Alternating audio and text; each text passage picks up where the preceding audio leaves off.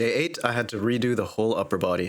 Got back home in the evening thinking I'd just do a quick refinement session, but it turned into a bit more than that. From the side view, something about the proportions felt very off, especially the cuts around the door and where the panels sit. So I screenshotted the model, brought it into Photoshop, and started sketching over it to plan the cuts properly.